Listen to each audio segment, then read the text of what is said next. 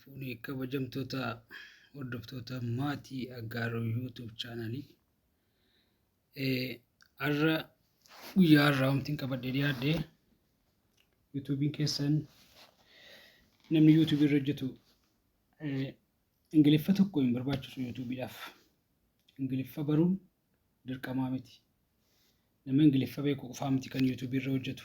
Utuu Ingiliffa hin beekin dandeettii Ingiliffaa baay'ee kan fagaatetu hin qabaatiin YouTube irratti waan barbaanne gaafannee waan barbaanne argachuu hin dandeenya. YouTube hojjechuuf haxxee ta'uu ofti barbaachisaadha. Haxxee yookaan immoo nama qaroomaa yookaan immoo nama araadaa isa jennu jechuudha.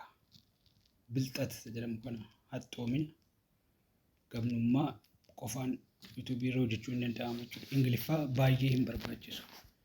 Maaliif ani akkas jedhe? Ingiliffa baay'ee hin barbaachisu kan hin jedheef wanti inni barbaadu afaan Oromoo sirriitti beekuu, Oromiffa sirriitti beekuu, Oromiffa sirriitti beekuu, afaan Oromoo sirriitti beekuun gahaadha. Barreessuu isaa dubbisuu isaa beekuun gahaadha YouTube hojjechuudhaaf. Kana kan hin jedheef maaliif? Wanti baay'een YouTube irratti jiru irra caalaan isaa addunyaan kun kan ittiin walii galu Ingiliffa.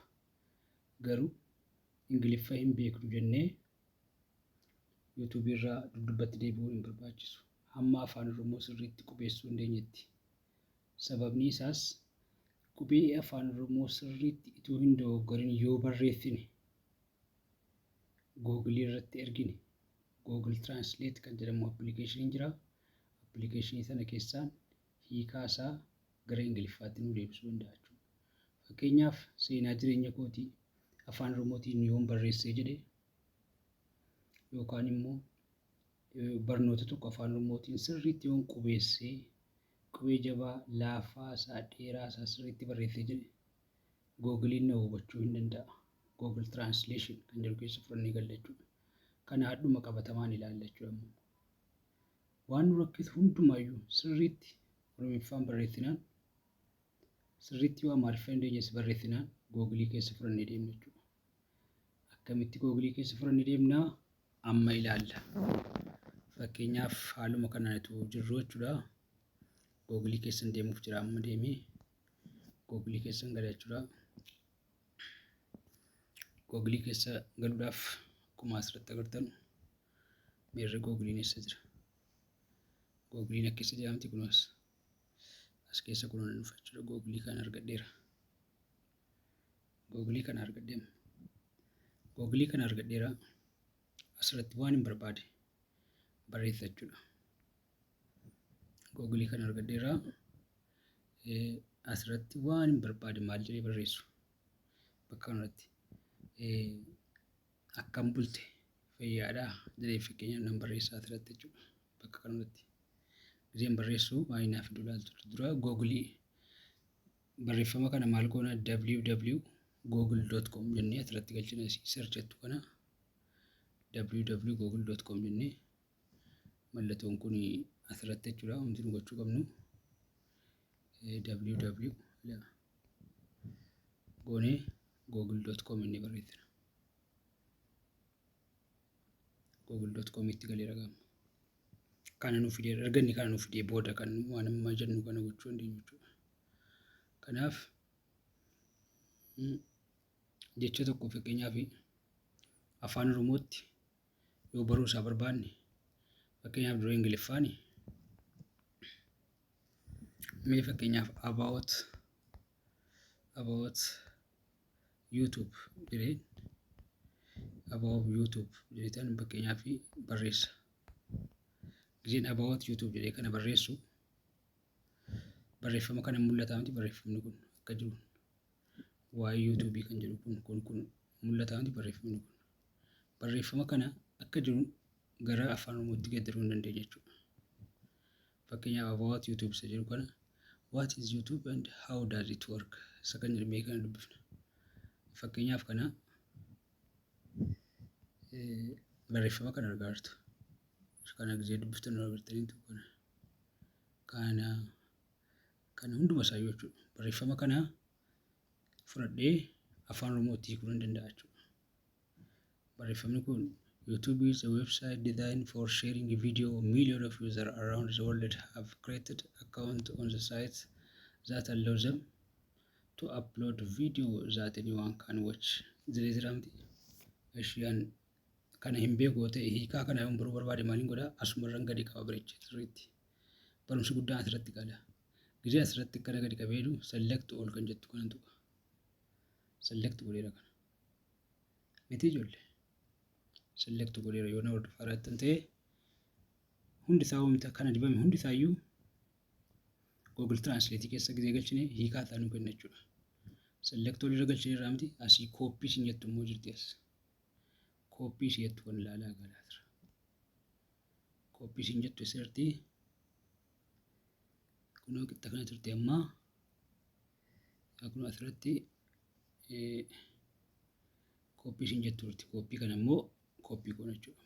Copy gooneerra. Amma copy godhadheera jechuudha. Waan amma gaa keessaan ba'ama. Waan asirratti Ingiliffaan barreeffame hunda isaa afaan Oromootiin argachuu barbaade ammas maaliin godhufee Google keessan gala jechuudha. Google ammaa keessa galeen maalin barreessa? Google Translate kan jedhu barreessaa as keessatti. Google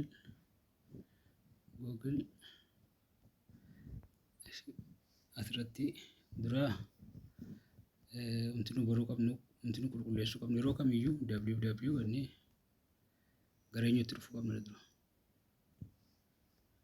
Goonee haaraa jalqabuu qabna. www nama eegasii waan kana tuttuquu beekutti salphaadha kun. www.google.com jenna. Karaa nu qulqulleessa jechuudha. Na www.google.com nu kana fidee miti. Google Translate nama asirratti immoo iddoo kanarratti immoo Google Translate jechuudha. Iddoo kanatti immoo Google Translate inni barreessina jechuudha. Gaa'umatti Google Translate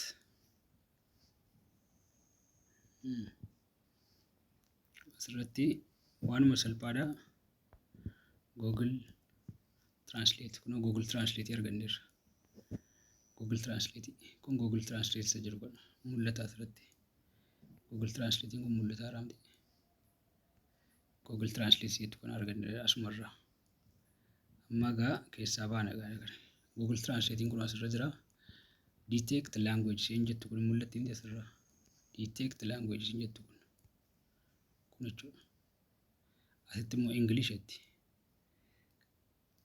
Detect language dha. Kana Ingiliffa gara afaan Oromootti na jijjiiridha kaayyoon koo. Ingiliffa gara kamitti na jijjiiridha gara afaan Oromootti akka na jijjiiramu. Ingiliffa sila waa'ee YouTube dubbisee ka'ee jira miti. Isa gara afaan Oromootti akka inni jijjiiru barbaada. Kanaaf maalan godhaa? Ingiliffa kana gara afaan Oromootti na jijjiire jechuudha yoon barbaade. Iddoo kana detect language isa jiru kana English jedhan ka'a. Yaadeen kun Ingiliffa ta'eera jechuudha gubbaan kun. Ingiliffa ta'eera jechuudha haqiiqadhaa. Iddoo English godheera iddoo kana. Iddoo kana immoo maaliin godha? Oromic hin godhaa achirratti immoo. Afaan Oromoon jedha asirratti. Kana gochuuf iddoo akkas tuqeetan afaan Oromoo jedhee kaa'e. Amma asitti gaa mul'ata miti. Kun Ingiliffa. Iddoo kana isa Ingiliffaati. Kun immoo afaan Oromooti. Ingiliffa afaan Oromootti na hiike jechuudha. Kanaaf isa Ingiliffaa kana asitti barreessa jechuudha. Akkana harka koo asirra kaa'etan paste godha jechuudha. Amma paste godhaan jira. Ingiliffa ilaalaa galama. Ingiliffa ilaa kana jechuudha. Ingiliffa ilaa kana hunda isatti na geeddara dhuftee. Gara kamitti geeddara hunda isaayyuu kana jechuudha Ingiliffa kana. Gara afaan Oromootti geeddara jechuudha. Eessaan dhufee ilaalataa kana immoo geeddaruu dhiisuu isaa gara kamiin dhufee ilaalaa.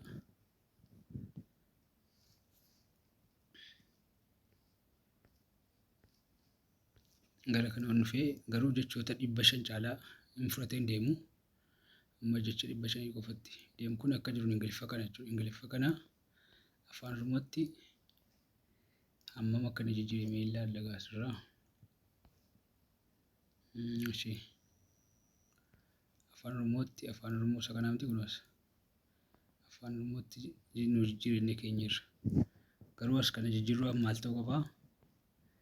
Amma jecha 500 qofa. Jecha kana hundaa tokko jechuutti hin jijjiiru. Amma jecha 500 jijjiiruu danda'a jechuudha. Kanaaf asirratti irraa kunneen hambisuu dandeenya. Gizee kooppii goonu gizeen kooppii godhu amma itti irraa xiqqeessee jedhee gara kanatti naaf fida jechuudha. Fakkeenya ammas irra deebi'een godha. About YouTube yoon jedhe about YouTube namni baruu barbaade irra deddeebi'ee ilaaluudhaanis baruu danda'a. About YouTube fakkeenyaaf kana haa ta'u jechuudha. Jecha kana akkana goone selektii gochuus hin dandeenya jecha muraasa jechuudha. Amma jecha 500 jecha kana qofa naa hiiki jedheetan argadha fakkeenyaaf. Kooppii godhee kooppii isa silaa malee amma kan biraati kun kooppii biraati jechuudha. Inni silaa jechi isaa hin baay'ate kanaaf hafe. Kanaaf anas keessa galeen Google Translate maaliin jedhee kaa Google Translate kun asirratti afaan Oromooti kan Ingiliffaa jalqaba dhufee isa kan afaan Oromoon godhaa isa kan immoo Ingiliffaan godha jechuudha. Kun asirraan kaa asirratti copy paste jecha kana amma kan jecha kana YouTube is a global online video sharing jedhamti kun asitti mul'ata. Asirratti kana dubbisa YouTube waltajjii viidiyoo toora intarneetii kun wajjin dubbifna asirratti barbaanne YouTube dubbifamti kun YouTube toora intarneetii irratti qoodaaf miidiyaa hawaasaa addunyaa irratti kan teessoo isaa Kaalifoorniyaa San Bruno godhatedha. Fulbaana 14/2005 Steve Chen Harley Jawed Karimiin kan jalqabeedha.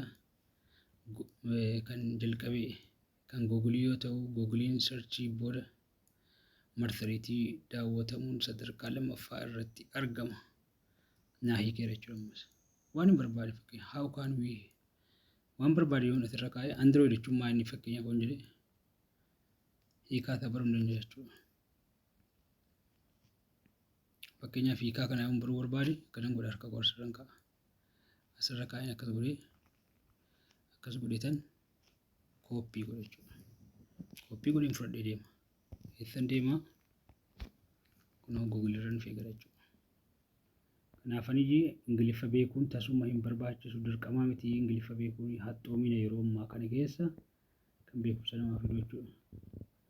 Kun asitti Ingiliffa gara afaan Oromootti naa jijjiiree asirra kaa'adha jechuudha. Isa kana balleessee asitti dhufee paste godha jechuudha.